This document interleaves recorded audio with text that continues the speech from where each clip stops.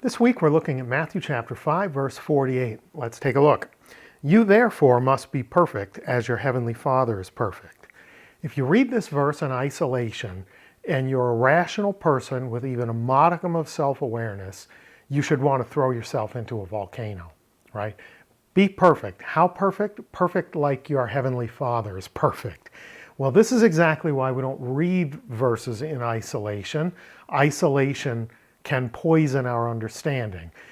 Context is the key. So first thing we're going to do today is we're going to pull the verse apart in Koine, and then the next thing we'll do is we'll examine the context.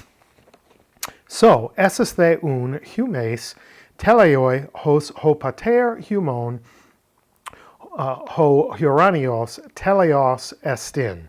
So the second word in the verse is the first word of consideration. Un, therefore. If it starts with a therefore, we already know that it shouldn't be considered in isolation. It's obviously connected to something that preceded it. You can't begin with the therefore unless there's something prior that informs it. So let's look at the next part. Our first verb, eses the humes teleoi. You shall be perfect. Future indicative, second person plural. So we would just translate that, eses the, you will be perfect, or you shall be perfect, future tense, right? But here in Matthew, what we're seeing is the imperatival future, a future used in place of an imperatival verb. Matthew is the majority user of the imperatival future. It's consistent with Hebrew grammar. When you give someone a command, it's usually in the future. And usually when we read these imperatival futures, they're introducing Old Testament quotes. It's going to happen 3 times here in chapter 5 alone, in verse 21, 27, and 43. And we're going to read 43 in a little while, so we'll see that in action. So it's like that Hebrew literalism. We shouldn't translate it as you will be perfect. We should give it the imperatival force. Be perfect, or you must be perfect, because that's the imperatival force that we need to convey. So Matthew, using this as the majority user, is saying to, or has Jesus saying to his audience, be perfect. How perfect? Like your Father, like your heavenly Father is perfect.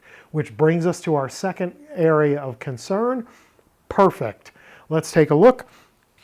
Teleoi is the plural that we see in the first instance, and teleos is the singular, which is used in the second instance in our verse.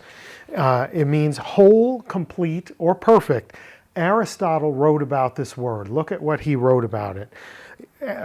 Perfect is that beyond which there is no further advance in excellence or quality in its genus. What do we mean by in its genus? In the thing that we should expect from that creature, from that being. So if you're evaluating the qualities of a horse and you say, well, I like its proportions, its musculature, its teeth look good, it's a good puller, but it's a lousy flyer. Well, it's okay that it's a lousy flyer because horses aren't supposed to fly. In its genus, it can be perfect and be a lousy flyer. In fact, we shouldn't expect it to fly at all, right? When I was a kid, we had beagles for rabbit hunting purposes. And we got a beagle that was the most magnificent specimen of a beagle that you'd ever seen. He was the culmination of multiple generations of AKC championship beagles being line bred for perfection. Why did we get him? And why did we get him for free, no less? Because he looked perfect from a distance, but on closer examination, in one of his nostrils, he had a little tiny white spot. And they couldn't show him, and they wouldn't use him in the breeding program because he could pass that flaw, that imperfection along to future generations. So we wound up with Spot, the most amazing looking imperfect beagle you can imagine. Perfect in its genus means it conforms to what you expect from that creature without any ability to go further in quality or excellence. Matthew, when we read his use of this word, it seems like the context dictates it means to be perfect in doing God's will, complete in doing the will of God, like not leaving anything out, giving 100% toward doing what God would have you do. So let's hold on to that thought and let's go on to the rest of the verse. So the first part of the verse, be perfect therefore, ... And then we get to the second part, hos ho pater humon, ho huranios teleos estin, as your heavenly Father, hos, as or like, ho pater humon, ho huranios, your Father, the heavenly one, teleos, perfect, estin, is. Therefore, be perfect like your heavenly Father is perfect.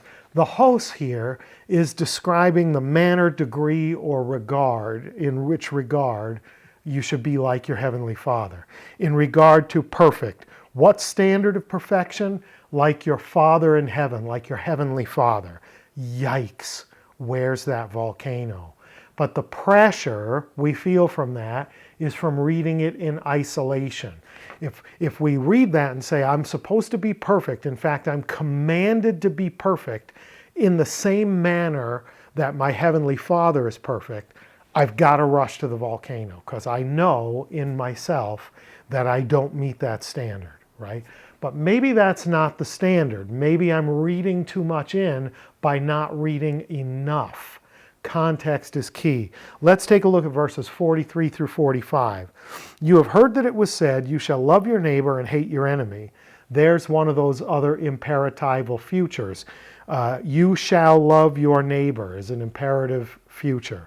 But I say to you, love your enemies and pray for those who persecute you, so that you may be sons of your Father who is in heaven. For he makes his sun rise on the evil and on the good, and sends rain on the just and the unjust. In the context, perfection is wholeness or completeness in the way you deal with others. It's mature or perfect love without favor. It's sun and rain on both the good and the evil, the just and the unjust. No favoritism. It's the opposite of love your neighbor and hate your enemy. It's love everybody, be good to everyone. And then, remember what he said, so that you may be sons of your Father who is in heaven. In order to be of the same genus as your Father, in order to be perfect in that genus, you must strive to act like him. You must do the thing that he does. What does he do? He doesn't love his neighbor and hate his enemy. He sends the rain and the sun on the good and the evil, on the just and the unjust. To be perfect like him is to show no favor to neighbor over enemy, but to show love to all. Pretty significant, isn't it? If we read it in isolation, we would be justified in heading for the volcano, because abstract, pure perfection is not a reality in any of our lives. Forensic perfection through the gospel can be a reality in a believer's life. Abstract, pure behavioral perfection is not a reality in any of our lives. So this is not a demand for blanket abstract perfection. This is a command to behave like your Father in heaven and therefore become complete in your genus, like Aristotle said, by showing no favor for the neighbor over the enemy. In fact, by treating no one as an enemy, by loving without favor. Sun and rain on the good and the evil, on the just and the unjust. The context is the key. If we don't have the context, if we read it in isolation, I'll meet you at the mouth of the volcano. Thanks. Hope that was good for you. Until next time, Karis Kairene Humin, grace and peace to you.